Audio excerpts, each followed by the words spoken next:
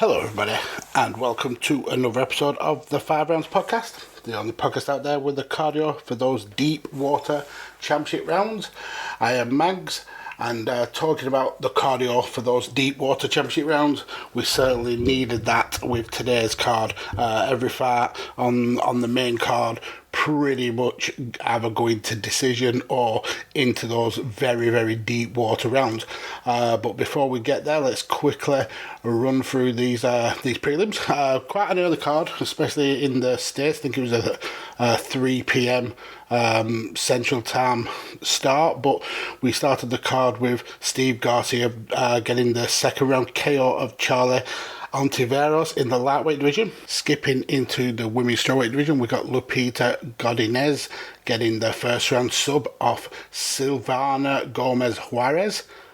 Going into the men's featherweight division, we got Damon Jackson getting the judge's decision over Charles Rosa, and then in the featured prelim we had Alexander Romanov getting another huge KO victory. That's 15-0 in his career, really bloodying and battering Jared Vanderaa. Going into the main card, 5 fights on this card, and we opened with Felipe Colares versus Chris Gutierrez in the bantamweight division. Gutierrez picking up the decision by splits, and it was quite a weird split because two judges had him winning all 3 rounds, which I had him winning all 3 rounds, and then the other judge had Felipe Colares winning 2 of the 3 rounds. I can understand why. He did have Felipe Colares did have a lot of action on him of his own, starting with the high leg kicks. He was very much in that kickboxer stance, bouncing on his back leg and having his front leg hooked up. But for Gutierrez, took a little bit of time to kind of find his range, being the much shorter fighter.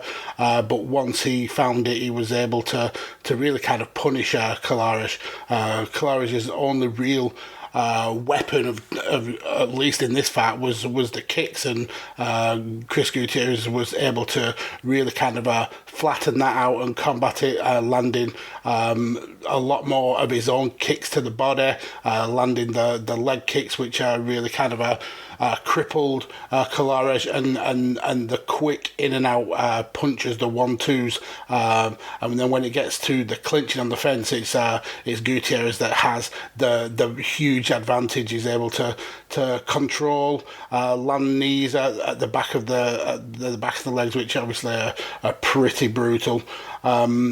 And once he got into the second and third round, he got Chris got a lot more confident, a lot more calmer with his shots, landing the bigger hits. Colares' legs were still incredibly strong, but he started to switch up to land more shots with his hands, but that just fell into Gutierrez's game plan, because he's able to grab underhooks and push for clinches a lot more because of the arms.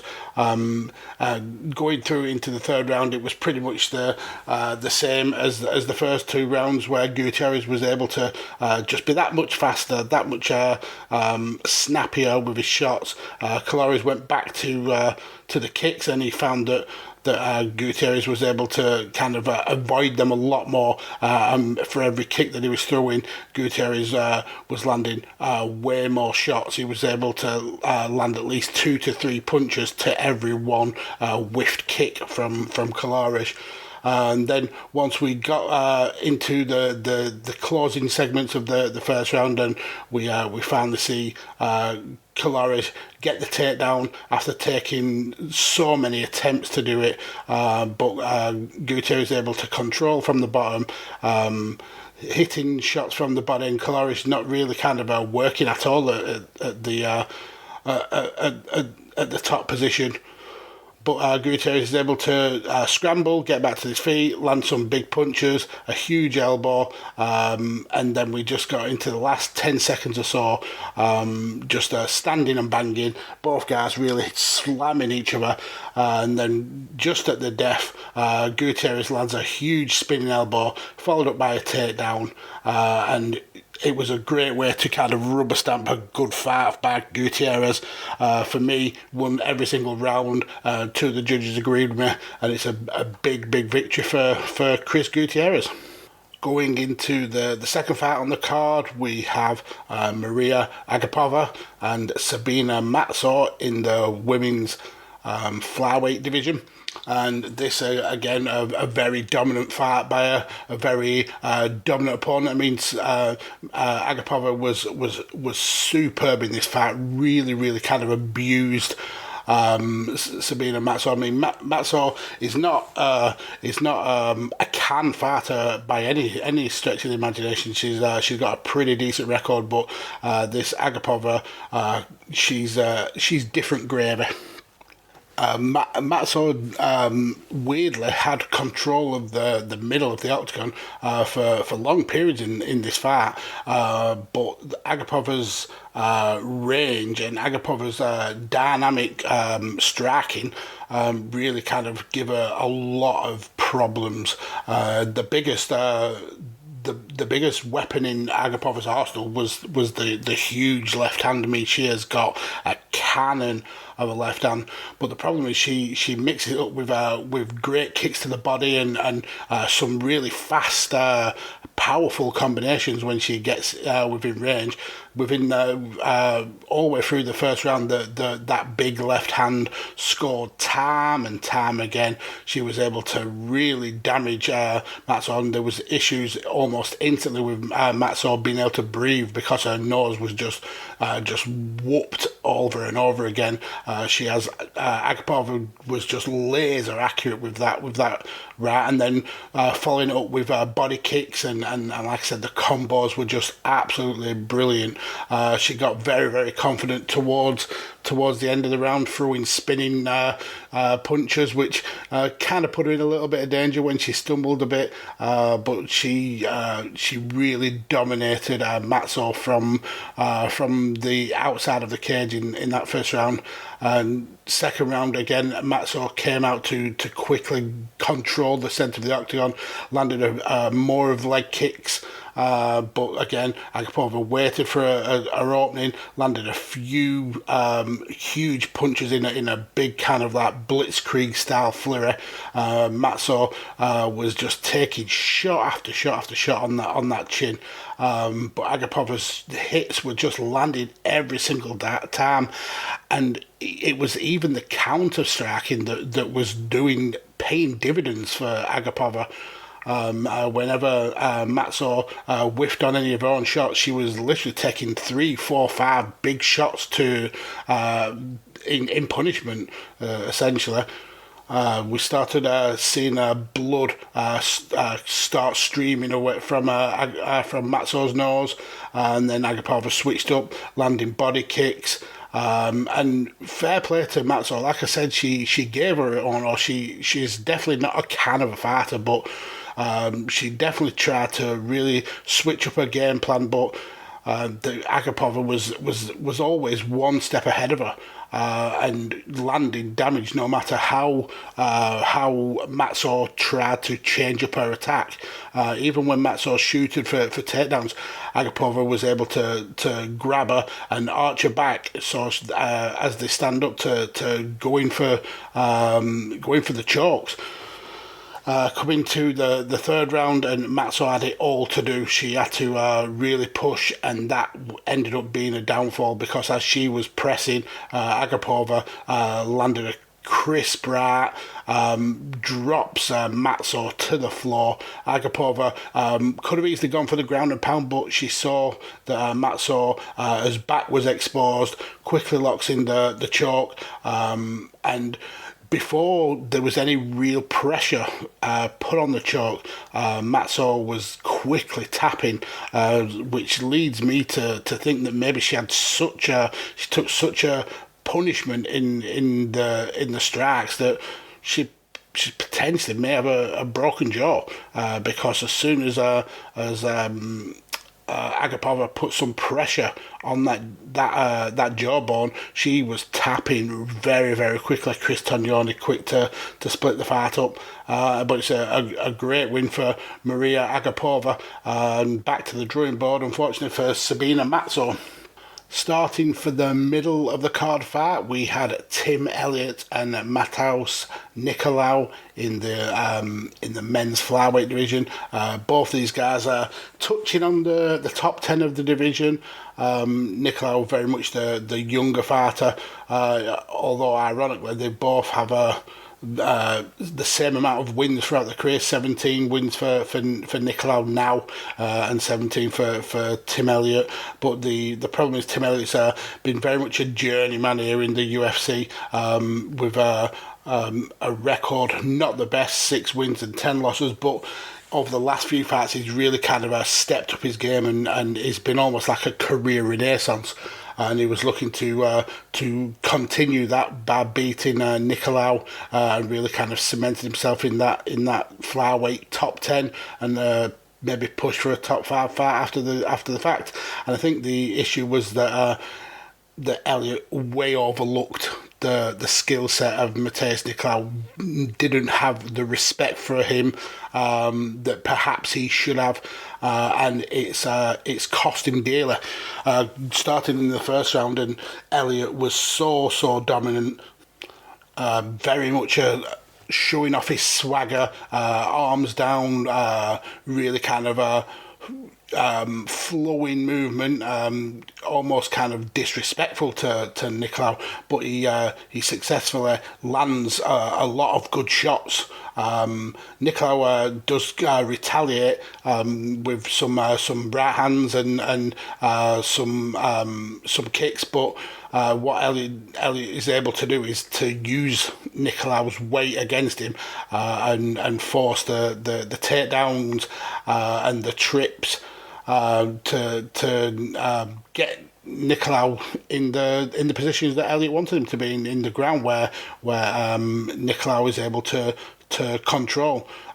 He's not able to keep him down on the floor for too long, but Elliott really kind of showed his dominance in this first round, with his wild and crazy shots still landing, able to keep out of the range of Nicolau for the most part, and controlling when it got to the grappling.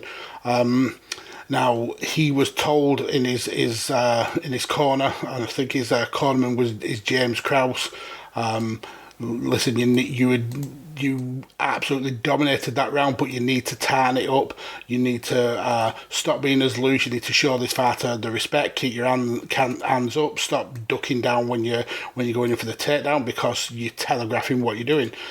And he just didn't take any of that information on at all. In fact, in the second round, he was even more disrespectful. He goes for a takedown straight away, but Nicolau is able to kind of stay upright and avoid it. And Elliott's walking forward, hands down, and then he's clipped with some big shots. Nicolau follows them up with leg chops and then bigger left hands. But Elliott is kind of like showboating, kind of mean mugging him, saying to him, "Come on, do it again. Let's go for it." And when they get into the punch trading, it's Nicolau that's landed the bigger shots. The right hand was landing well, the left hand was landing well, and the difference in the fight started to really show about halfway through the second round, when Nicolau realised that a lot of his shots to the head were just missing because of how dynamic Elliott's movement is. So he switched up to start going to focus on the body punches, because as Paul Felder said on commentary, the head can move a lot, the legs can move a lot, but the body tends to stay in pretty much the same place, and he really focused on that in the closing ends of the second round. Elliott really kind of seemed to be tired. Those punches taking a lot of gas out of him. He is able to land some shots of his own, but the volume definitely dropped. but that didn't say the swagger or the showboating drop, because he certainly was still able to pull that off, really kind of baiting his opponent Matheus Nicolau, and he was getting punished for it. Let's call a spade a spade. Every time he tried to goad Nicolau, he was getting tagged. In the final minute, he's able to kind of force Nicolau up against the cage and starts to wrap Nicolau up. He wants to go for the neck, and we end up the second round, a much stronger round for Nicolau, and it's very much all to play for. James Krause again reads the riot act to Elliott, saying, look, you need to tighten this up. We're going into this now. This is essentially a one-round fight because you gave that round away. But again, Tim Elliott had to do Tim Elliott things, and he started to do that showboating and the kind of the no defence with his arms down, and he was hit a lot again by Nicolau. And every time that he swung, Nicolau was able to slip and to counter shot, and able to kind of pick off Elliott with the shots to the body. Elliott went for a takedown about halfway through the round, unable to get it, but Nicolau really kind of put the cat amongst the pigeons when he shot for a takedown and drove it through and landed the takedown. And in close guard, Elliott was able to kind of tie up Nicolau, so he couldn't land any big shots. But Nicolau, with that well-conserved cardio, able to lift Elliott up and slam a few times. But to no avail. Tim Elliott kept those arms pretty tied up. Nicolau was trying to create space, unable to though. Elliott was holding him off.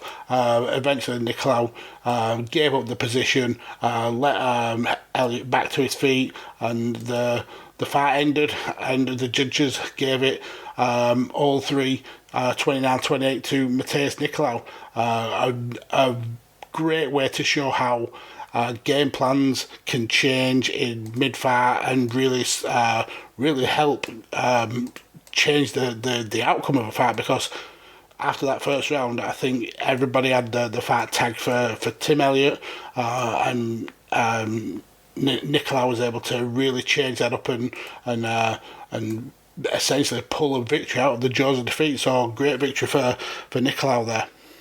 Co-main event time, and we had Randy Brown taking on Jared Gooden in the welterweight division. Randy Brown much bigger than his opponent, but Jared Gooden missed weight, and Randy Brown was not he was not a happy bunny about it. Really kind of felt disrespected by Jared Gooden, and he made him know about it in this fight. Ironically, this was Randy Brown's first fight where his dad, Randy Senior, was able to come and watch him after being incarcerated. So Randy really put on a performance for his dad. Unable to get the finish, but I think that's more testament to the rock solid chin of Jared Gooden than kind of a disparagement of Randy Brown's skill set. Saying that though, in the first round, Randy tried to come out very, very quickly and almost got himself into a little bit of danger when Gooden was very aggressive, clipped him quite early, and almost got the back of Randy Brown. He was able to recover, and Randy was able to peel away, landed a big front kick to the chin, the very reminiscent of the ones by Anderson Silva and Lyoto Machida, but from the slow-mo you could tell that Randy Brown came off the worst for wear in that exchange because of the rock-solid chin of Jared Gooden. Whilst it rocked him, and you could see Randy Brown trying to land some big shots, Jared Gooden's able to avoid them.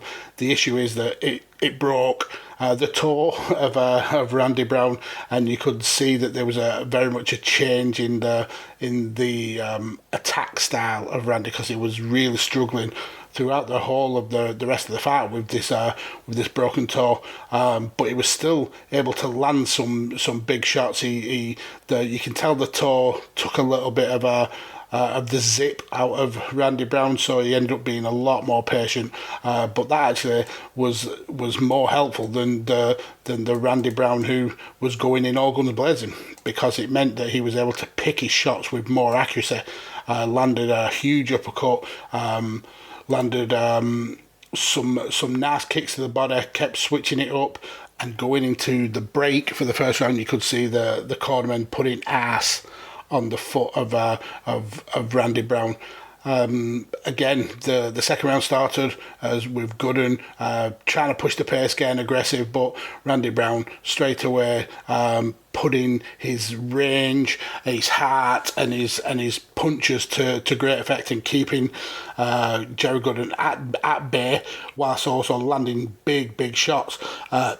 The uppercut landed quite a few times, and Gooden was essentially forced to throw leg kicks to try and hack down the legs of Randy Brown. But this is a guy who can survive Charles Oliveira level of leg kicks and still get the victory. So it would have took a lot more than that from Jared Gooden to really hurt Randy Brown.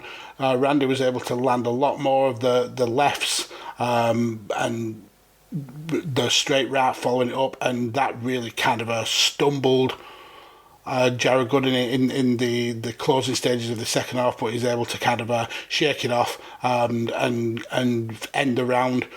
Coming into the third round, and this was the first time that Gooden wasn't able to get any kind of success at the start. He did come out and try and be aggressive, but he was popped straight away with a jab, then caught with the left. Body kicks coming left, right and centre from Randy Brown. Gooden was just walking through him, but still getting absolutely tagged from pretty much every limb. Brown started to really feel it now. Tried to land the jumping knee, doing a little bit of showboating. A couple of minutes to go in the round, and Randy Brown really wanted to try and put this fight away, really kind of turned up the pressure, landing some big shots, but Jared Gooden's chin just wasn't for giving up today, absolutely made of granite, and he was still able to land those leg kicks, and a couple of shots were low enough that it must have sent kind of that shock waves, I suppose, through Randy Brown's leg, because he was then kind of having to shake off the pain from his foot in every now and again. He had to kind of twitch and slow down the pace, and it really took away from his momentum. Coming to the very end of the round, Randy Brown tries to go for a hip toss. Unable to pull it off, he ends up falling. Tried to twist it into a submission, but the klaxon goes, and all three judges gave all 3 rounds to Randy Brown. So a very confident, solid victory for him there in a killer division, and it's a shame for Jared Gooden, because he put up a hell of a fight. So let's get into this main event. Mackenzie Dern taking on Marina Rodriguez in the women's strawweight division. Mackenzie Dern looking to kind of position herself as one of the next challengers in that very stacked strawweight division, and unfortunately for her, she came across one of the most dangerous fighters in the whole of the division in Marina Rodriguez, but still the bookies had Mackenzie Dern handily winning this. I think at one point Marina Rodriguez was like 5-1 on to win, and 28-1 at one point for a submission win, but she certainly upset the odds today, picking up the unanimous decision, and fair play to her, she absolutely deserved it. This wasn't a close contest at all. First round, and Marina Rodriguez knew what the danger points of Mackenzie Dern were. It's that grappling and it's that groundwork. Marina Rodriguez was able to use her length to fire off some big kicks and pump the jab, and it paid absolute dividends in this first round and in a lot of the other rounds to come. Mackenzie was swinging for the fences and able to land some shots, but not as many as Rodriguez is able to. But Mackenzie does at one point rush towards the clinch, try to get the takedown, unable to successfully get it, but Mackenzie Dern is able to get the overhooks, but Rodriguez is able to slip aside and is able to pull away. Rodriguez then starts landing more of those big right hands and spinning back fist at the end from Mackenzie Dern, but a very dominant opening round for Marina Rodriguez.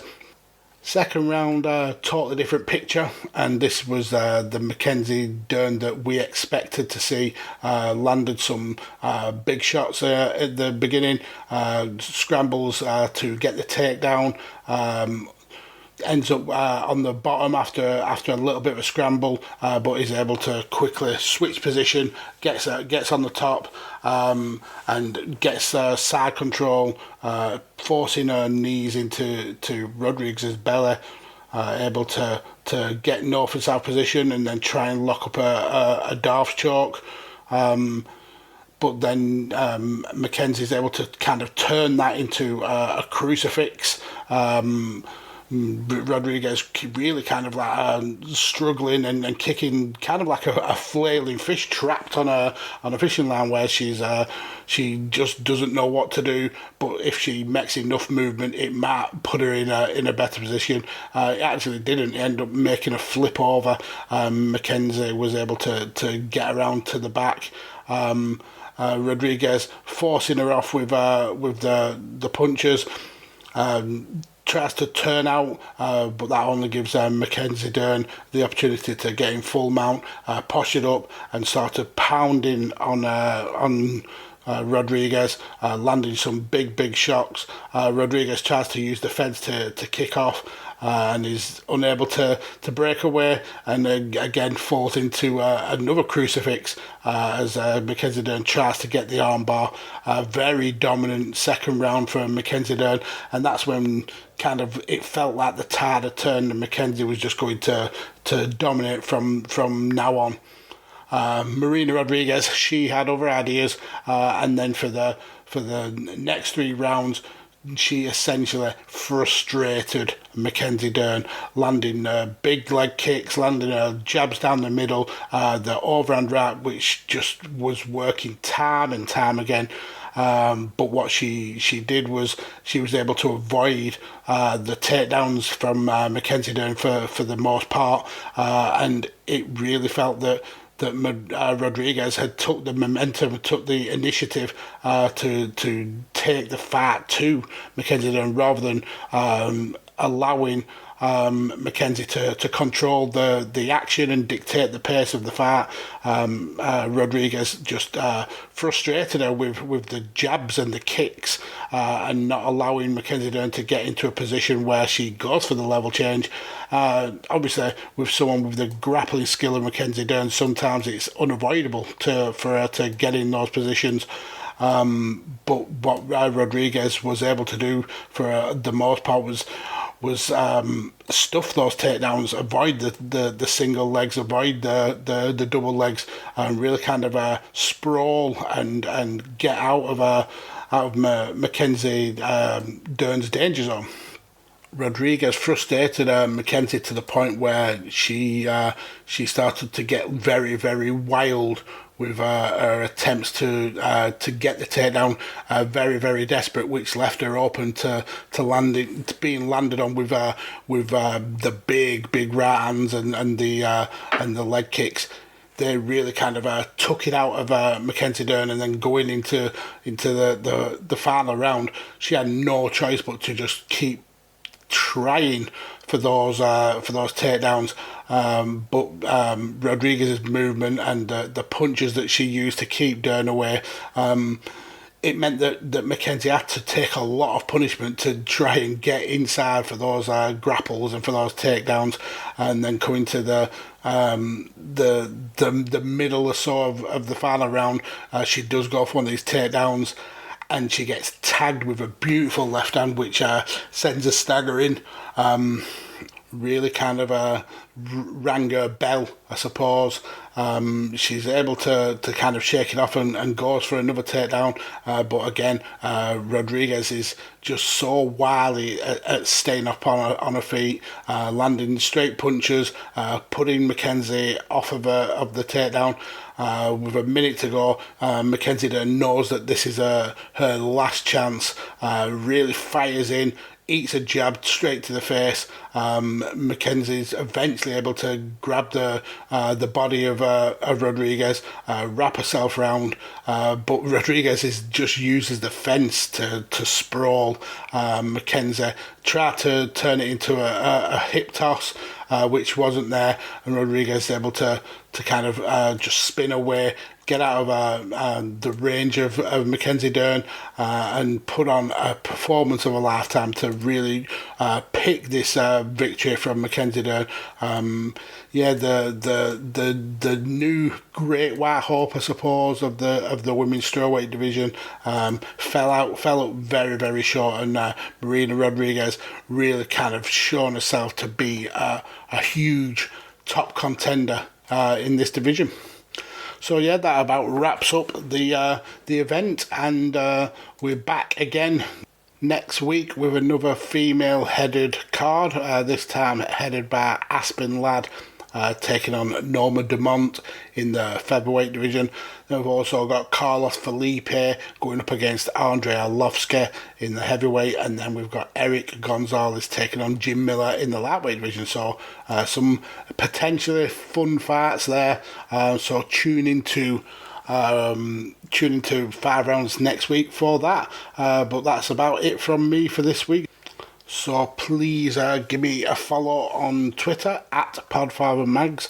Follow Carlos at Kirkby_Carlos. Hopefully he's going to be back very, very soon. Now, a lot of these upcoming UFC events are all pretty early start, so he may be able to be around for a few of them.